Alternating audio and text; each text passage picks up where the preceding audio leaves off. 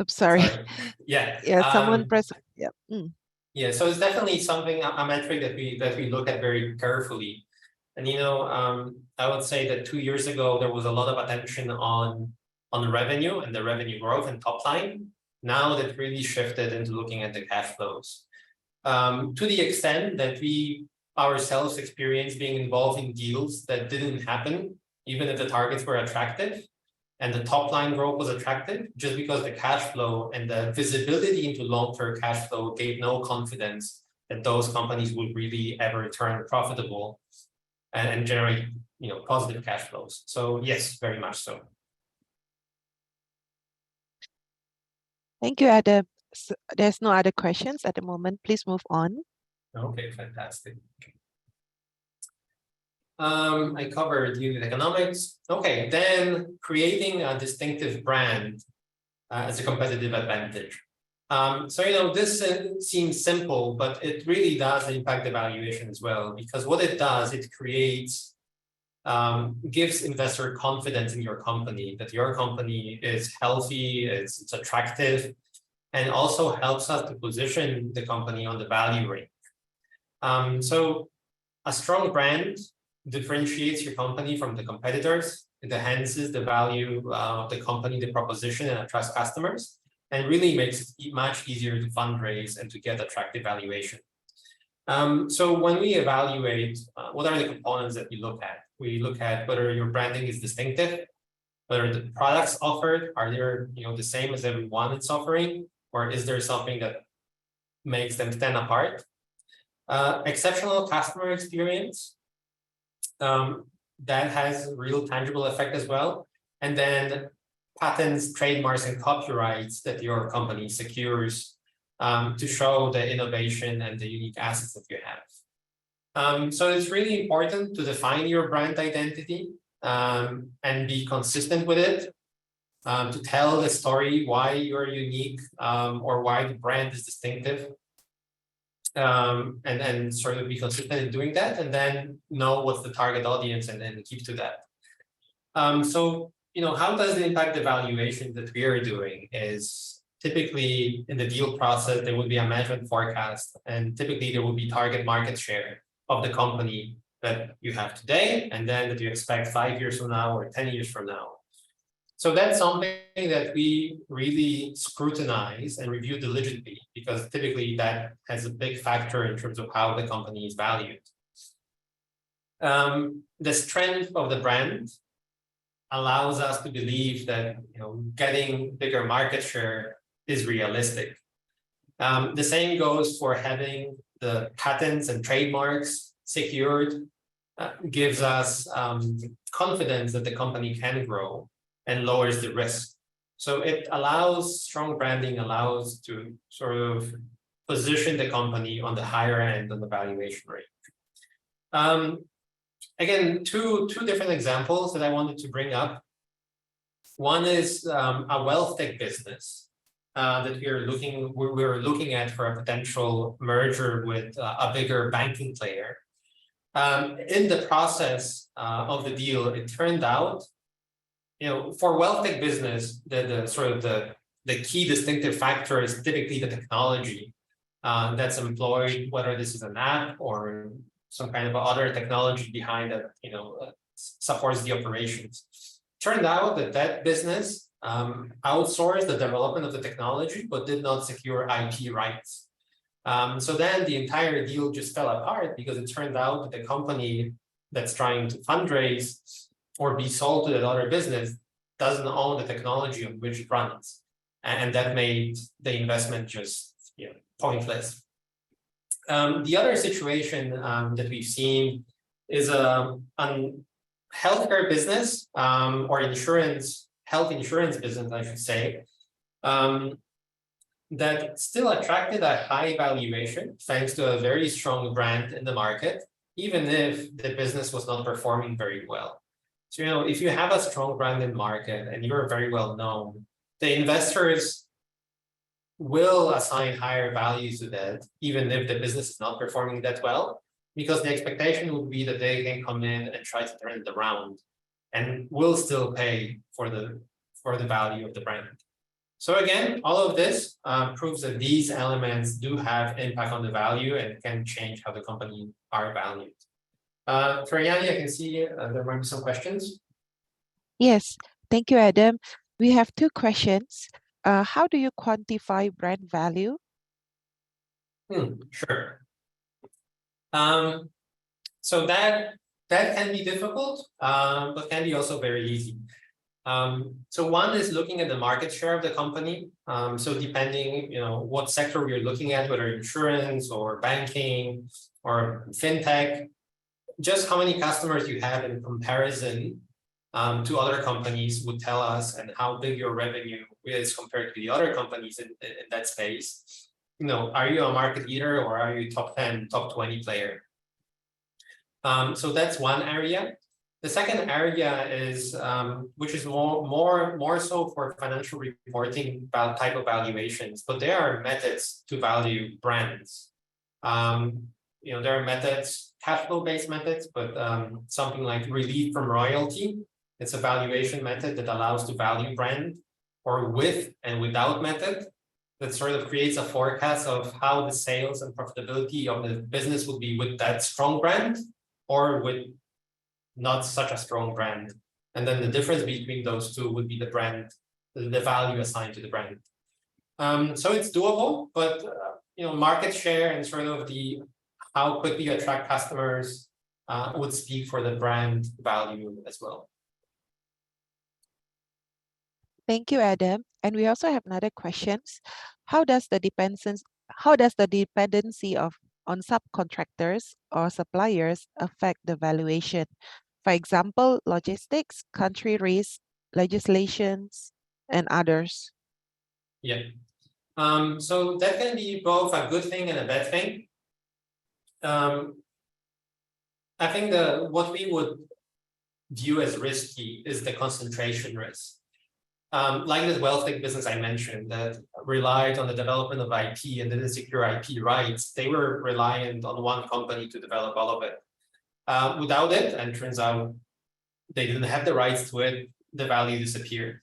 But if, in terms of providers of services to you, you're well diversified and rely on multiple providers rather than being concentrated with one, that limits the risk. It's normal to outsource, it's normal to use suppliers. So there is no harm in that. But the question is how you manage that relationship, how well secured it is, what is it easily terminated, that will impact the risk, perceived risk, and therefore lower or increase the valuation. Okay. Thank you, Adam. Yes. Can we still answer another two more questions? Of course. All right, thank you. So we have another questions from Dhruv Gupta here. Considering that valuation often involves projections provided by the company's management, how do you address potential skepticisms from investors or stakeholders who might view these projections as biased or overly optimistic? Okay. Yeah, so this is something that I'm going to talk about in a moment. But this really, and maybe that's a good segue to this slide. The strength of the management comes into play. So in terms of, in an M&A process, this is the management of the company that has to sort of convince investors about their financial forecast, about their plans. And what we can see is the management that has a strong team that really has well defined their growth story, their forecast, and can defend it, that gives that confidence. Even if that forecast can be ambitious, as long as the management team really knows how to defend it and is prepared to answer tricky questions, to provide benchmarking data, that gives us confidence into the forecast not being overly optimistic. However, if there is skepticism on whether the forecast is achievable, then we would run different type of sensitivities or scenarios to see what could be potentially different outcomes and assign appropriate risk to every type of forecast that we see, and then the right valuation based on that. I hope that answered the question. Thank you. And also to add on, what strategies or safeguards can be implemented to ensure a more objective and realistic assessment of value despite these potential bias? So I think that that is a part of the valuation process that I mentioned, that we typically compare what the company presents to us to what's available in the industry. So it's never just looking at what the company says, but there goes a lot of market research into verifying everything that we are being told, and also what the company plans to achieve. We typically would have, whether this is a buy side deal or a sell side deal, we may have more flexibility to challenge the company, to ask them whether this is realistic or whether they want to revise their plans. But that objectivity is really the task of the valuer, to verify what's achievable versus what's not achievable, and then come up with a view on what's really the value of the company. So it can be difficult, but the more market research and understanding of the sector you have and of the business you have, the easier it becomes. Okay. Great. Thank Yeah, so maybe I'll cover this slide where I started talking about the strong management team. That goes not only into how well they are prepared, but also in terms of the skill set of the management team, the expertise it has, because that builds and enhances investor confidence in the company itself, and also has a positive impact on their organizational culture. Another area that's coming now more and more into picture is social impact and environmental responsibility. This yet does not translate immediately and directly onto how the companies are valued, but we see more and more investors, especially private equity type of investors, looking at the ESG and reviewing companies from the ESG angle. And obviously, if there would be red flags in that area, that could have an impact on the valuation in terms of willingness of investors to assign a high price to the company. I think that from the inside box, the first two elements I already answered via the Q&A in terms of how management is well prepared. And I'll just go to an example that we have of a company that did complete a successful M&A deal, and the company they bought had a very strong management. Unfortunately, after the deal, that management was replaced with the acquirer's management, and that team was not very experienced in that specific business. So what we see right now is that they massively struggle with the post-merger integration of the company, because the management team does not have the expertise. Based on the plans and changes that management did, we already could see that the valuation will be decreasing because the market growth potential of the company is decreasing. So it does make a big difference on how good the management team is.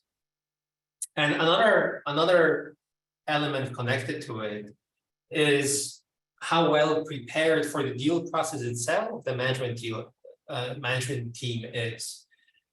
So what I would definitely advise everyone is to come prepared in terms of what is the value you're targeting. In a deal process, how much do you want to get out of the deal? What is your second best result, or what is your walk away position? We often see companies in the M&A process that don't have answers to that question, and what it causes is that the buyer can dictate the terms to the seller.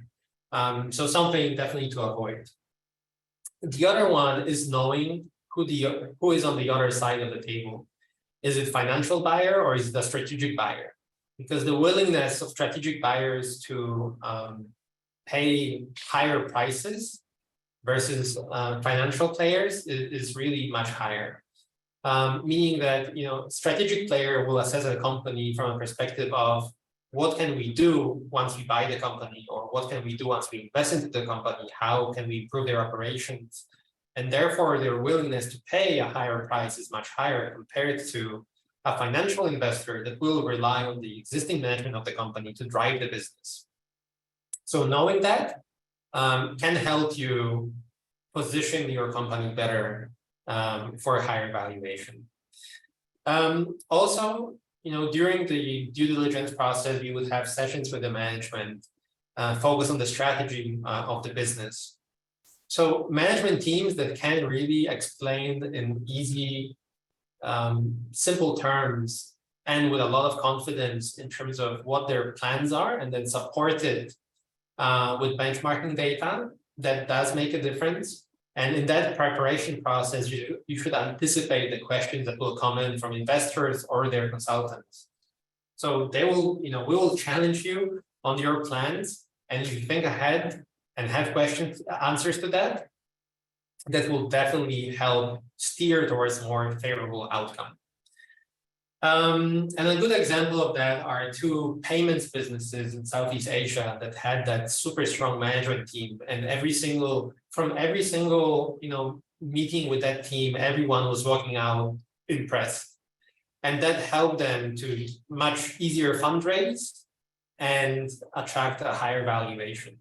Because if you have confidence in the management that's driving the business, then you can have confidence in their plans as well.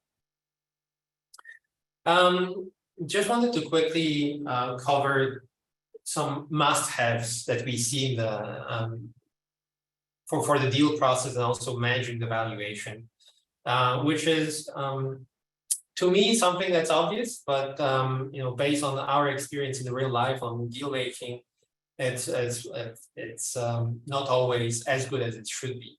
One is the document, the strategic business plan, that really outlines the story of how the company plans to grow, what are the customers, what are the distribution channels, what the plans are, and also the bottom line of the company and unit economics.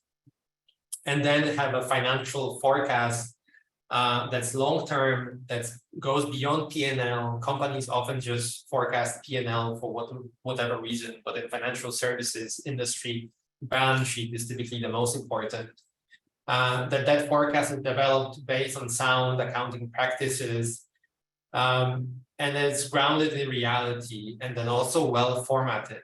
If you get a business plan and a financial forecast that are sloppy and not good looking, that immediately raises sort of level of skepticism and makes everyone wary whether what's inside is as good as it looks. So that's one area that definitely is worth looking at. And this brings me to an example, another insurtech. As you can imagine, a lot of insurtech deals going on recently. We were looking at a young business that did not have a financial forecast and did not have that strategic plan. What it caused is that the entire conversation about the value of the company anchored on its past results. No one was looking at what the company can achieve in the future. Everyone was just, since you don't have plans, we know what to expect, we'll just look at what can you do right now. And that did result in a much lower valuation. And let me just separate it in case it creates some confusion. At the end of the day, we come up with the value of the company, but what the buyer ends up paying is down to negotiation between the buyer and the seller. So valuation is just a starting point, and then it's being negotiated up or down. So that does make a difference if you have a view on what to expect in the future. And then another piece of advice is to negotiate beyond just simple value of the company, but sellers can increase the future valuation or sort of the value they get out of a deal by adding provisions about earnouts, contingent payments, minimum return at IPO. This will not give you money right now, but will guarantee higher returns to the sellers in the future. So something definitely worth considering. Fariani, any questions before I go to the next section? Yes. Thank you, Adam. I was about to wait until you finish the slides. So we have a question from Wee Kian. Is there a risk register template with a complete list of possible risks to evaluate and others? So definitely, internet in that will probably be very helpful. Topic of valuation is very well described and documented in literature. So definitely there are different books that you can look at that talk about valuation and that have a long list of what are the different risks. But if I just go back and focus on, if I just really go back and into here that we are looking at when we evaluate the company. One is the risk in terms of financial performance, how the company is doing. Is their unit economics healthy? Is the level of capital and cash flow, is it healthy as well? And how much do you need? And is there a risk of all of a sudden, surprises there? So financial risks are one big area. Then there are risks that are less dependent on the company, like country or market risk. Obviously, if you're doing business in Singapore versus in some young developing market, the risk of the business will be very much different. And then how the company runs its operation in terms of the technological risk. If you are in the obsolete industry that's declining because of technological obsolescence, or key man risk, we sometimes see businesses that really rely on like one or two key people, and if they're gone, that would create problems. So really just thinking about the company and the business as a piece by piece, and then just analyzing what are the risks related to that would be a good framework to try to think what are the risks that you need to focus on. Yeah. Yeah. Thank you, Adam. We still have another 3 more questions. Okay. All right. Yeah. Maybe Okay. let me go first for this slide, because we're slowly getting to the end of that webinar, and I really wanted to cover this, especially to people on the call who will or are in the position of either being on the buy side or the sell side. Some of the 8 things that we notice in our work that do make a difference is, number 1, we see pretty much everyone that we try to value, they say they are unique. And if you think about this, that's not possible. All the companies are not unique. A better way of doing that is benchmarking yourself to the companies you look up to, segment by segment of your business. It could be different companies, and say, part of the business is similar to that company, the other part to some other company, and what they're doing. And trying to also benchmark yourself to companies that are aspirational. This will help guide the investors. So it's a good method of doing that rather than saying someone is unique. Then over optimistic projections, sort of the hockey stick forecast, that causes us to pretty much immediately disregard it as something not valuable. And something that we will have to do our own diligence of what the company can achieve. Then projections that are not grounded in reality. So saying that, within 2 years, I'll gain 20% market share. Sounds great, but not possible. Lack of consistency in terms of that happens from time to time, where we see completely different information in the pitch deck and business plan being communicated during the management sessions, and then what we see in the financial model. So definitely something to avoid, and just have one storyline, and to have a good basis for assumptions someone is making. So, supported by research, ideally, based on historical performance, but at least some kind of a basis and point of reference is important. Often, number 6 is no attention beyond the top line. So often companies will just send us the forecast of the revenue, maybe some cost of goods sold or NIMs, but nothing beyond that. Or not as much attention goes into forecasting the cost base and the margins that the company will achieve. So something to really watch out for, and give as much attention to the bottom line as you give to the top line. Short-term focus, so just focusing on the next 1-2 years. This is typically done because it's easier. You can have a thing of what you can achieve next year, maybe 2 years from now, but who knows what you achieve 10 years from now. But it's still very important to go through that exercise to think about what is the steady state for my business, whether you're a bank, insurance company, or fintech, insurtech. ultimately, what's your end game? And to be able to communicate what is the level of profitability that you want to achieve long term. And then last point is not knowing what are the funding needs, how much, what's your burn rate, what's your working capital, CapEx needs. That should be modeled, and you should come prepared for the deal process, knowing how much to ask for. So these 8 points, if you focus on that, it will really make the deal process easier and help to increase the valuation. All right, I'll pause here and maybe let's take the rest of the questions now.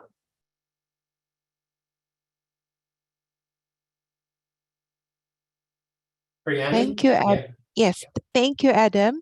So we have 4 questions at the moment. So let me ask from Anonymous. Apart from cash flow forecast, do you typically use second valuation method to see the valuation range? Yes, we do. So we never rely on one method. What we do, we try to triangulate the value. So it means that we look at a minimum 3 methods to figure out what should be the value of the company. Because, to the point it was made earlier, forecasts can be managed. So we try to get view of how the other companies are valued in the market and compare to get a sensing of what the correct value is. Thank you. So we have another questions from Joy T. At what level of the M&A valuation process has the artificial intelligence stepped in? Is this seen as a potential solution for lowering costs and predicting overestimation of a transaction deal? So I think it depends on what the question is about, whether this is about employing artificial intelligence in the operations of the company, which definitely can help improve, streamline the operations, achieve better margins, etc. The question will be how developed that technology is and how easily deployable it is. Or if the question is about employing AI in the deal process, and frankly, I haven't seen that done yet. Maybe it will come and replace many of the consultants and strategic advisors or investment banks on the deals, but I have not seen that yet happen.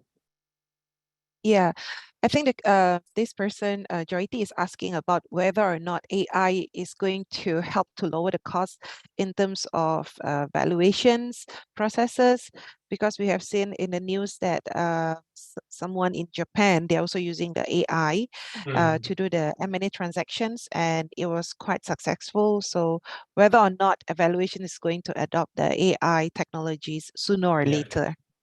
Yeah, so it is a very good question. I think it helps definitely at the initial stages where even we at EY use some AI technology. One is for the scanning of the potential targets. So if you are a PE firm or any other investor, like we see people employ AI to sort of narrow the space and figure out which companies to invest in as a potentially attractive targets. The second is initial scan of the virtual data room where all the information about the company are uploaded. More and more, there are technologies created to employ AI to do the first scan.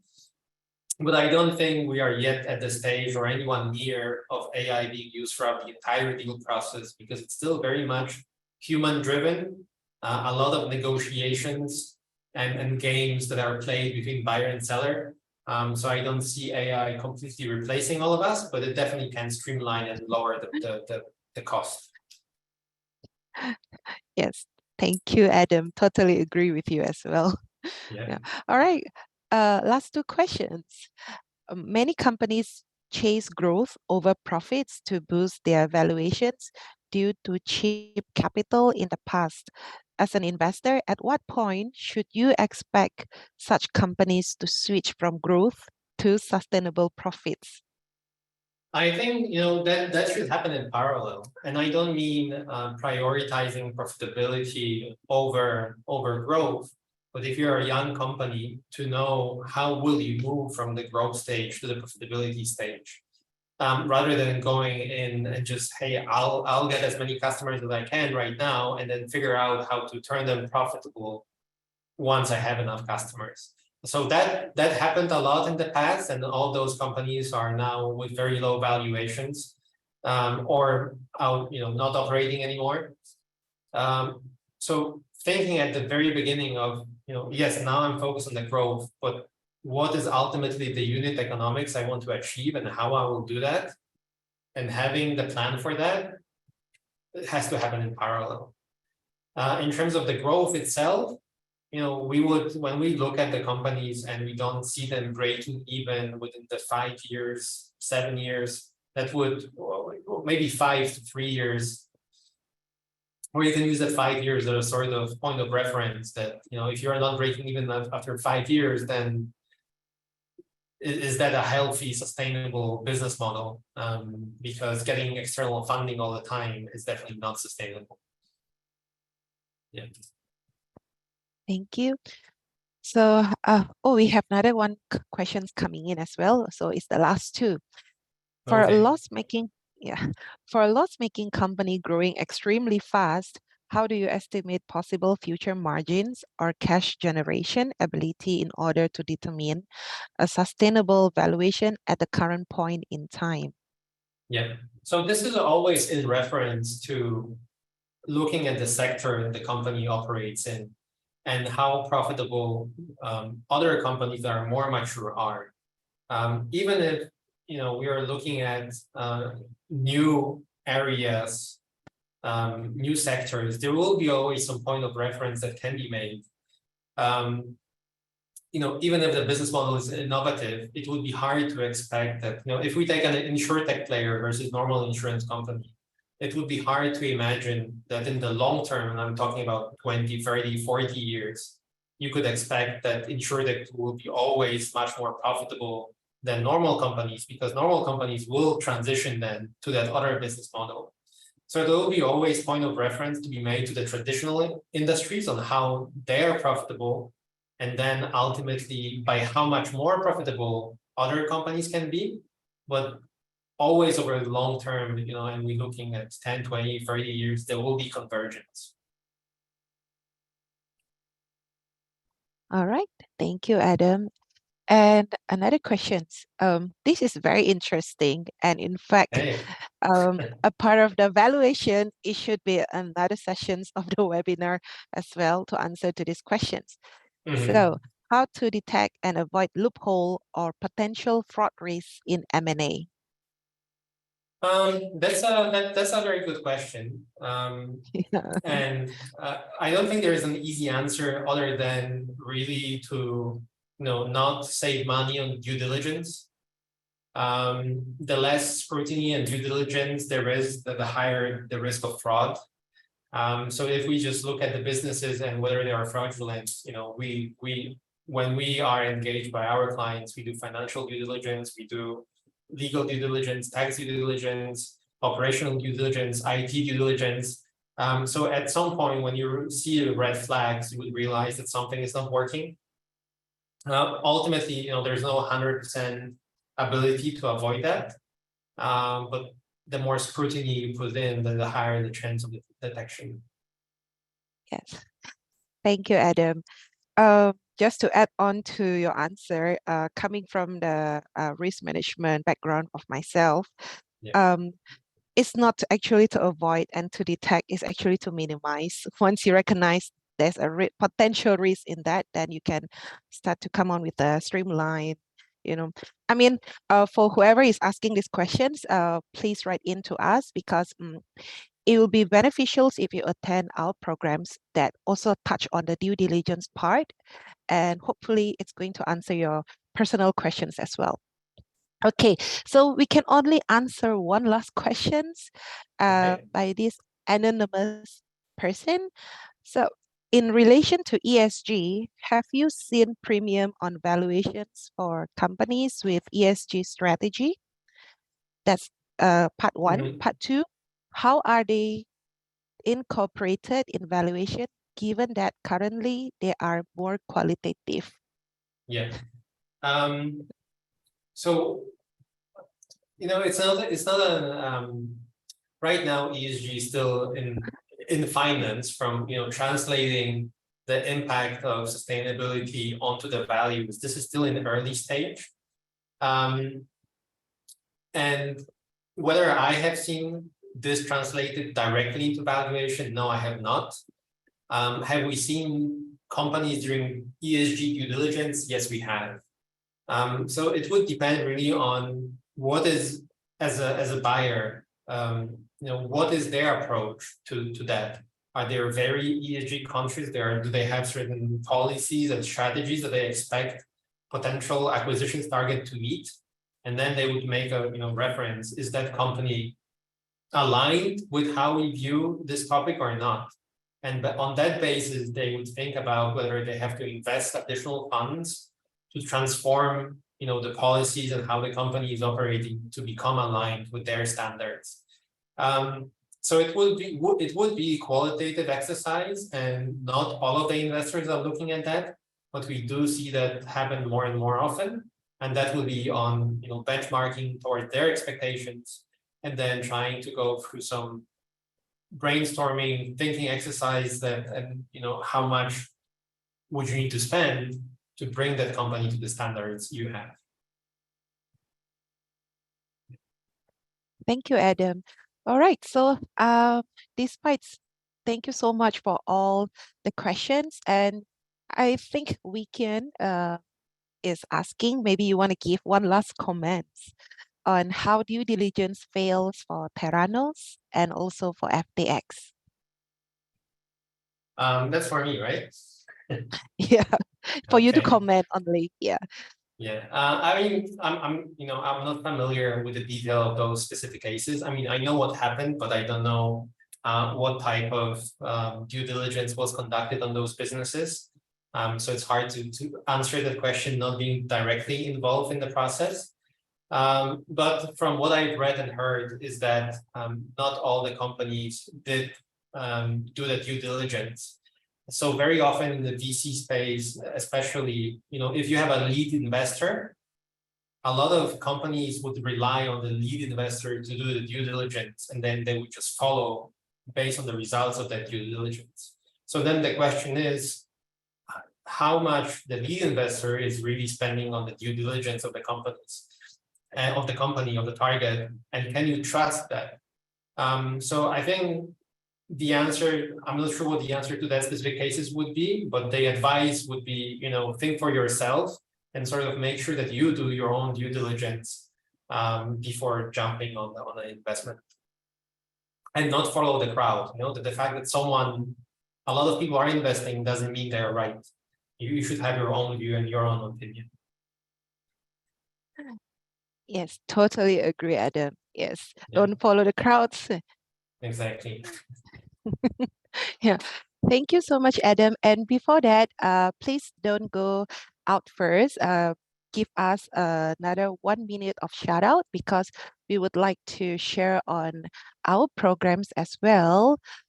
All right, I will stop your sharing, Adam. All right. Yeah. And allow me to share of the programs that IMAA, Institute for Mergers, Acquisitions and Alliances, offer.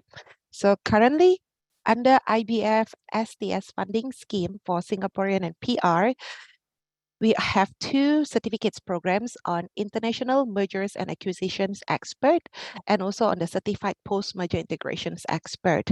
So Singaporeans and PR, you are enjoying funding by IBF.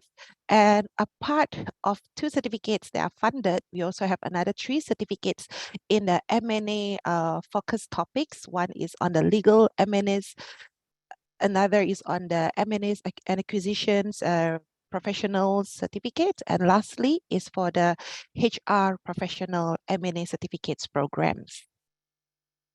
All right, so this is our training schedule. Please take note, because if you miss out this year, you have to wait for next year. We are very happy to have another second round of on-site training in Singapore. It will be on 18th to 21st of September, and the venue is at Iska House, which is at the Cecil Street. And if you missed our IMNA and CPMI certificates training programs on site, feel free to join our virtual class as well, which will be on 13th to 24th of November. And the time wise, we have already selected a strategic timing so that it will not be too late and it will not be too early as well, from 5 to 8:15 p.m. So Singaporean and PR, you can enjoy the IBF fundings and also Skills Future credit and UTAP training support is also eligible. Lastly, if you like to learn more about evaluations training, we also offer training with Professor Aswath Damodaran is on the 6th to 9th November. I understand that the time could be a bit off for us in Singapore, but it's really worthwhile to stay behind the time and learn and hear the updates from Prof. Damodaran himself. Okay, so last slides from me, the FAQs. If you'd like to know how much we are charging, these are our cost fees, and also you're only paying the co-payment after funding. For more details, please write in to us as well. And when it comes to the duration of the programs, it really depends. Like for the on-site training, you are just taking 4 days courses plus one exam. For virtual class, is 10 days plus one exam. For the online, which is at the asynchronous, at your own time, own target, you are given a 12 months to complete the programs. All right. So on the skills future credit part, I just would like to share with you that it's only the ordinary skills future credit can offset the co-payment. So you can check out how much do you left in your skills future credit passport. And lastly, in order for you to enjoy the IBF funding, number one, you have to be a Singaporean or PR. Number two, you have to be physically in Singapore when you take the programs. So if you have any other questions, please do not hesitate to contact my colleague, Rexa, at the given email address at the bottom and also at our mobile. And I will also share with you all the slides after the webinar, and we will also include our contact details. And also, if you have any other questions, please do not hesitate to write in to us and we will be happy to assist you. So my name is Priyani and I'm located in Singapore. If you have any other questions, feel free to write in to us as well. All right, so that's all for our presentations. Thank you everyone once again for your time to attend our webinar, and I hope to see you again in our next webinar sessions with IBF. Have a good day. Bye-bye. Thank you Thank so much, you. Adam. Thank you very much. Bye. Bye-bye.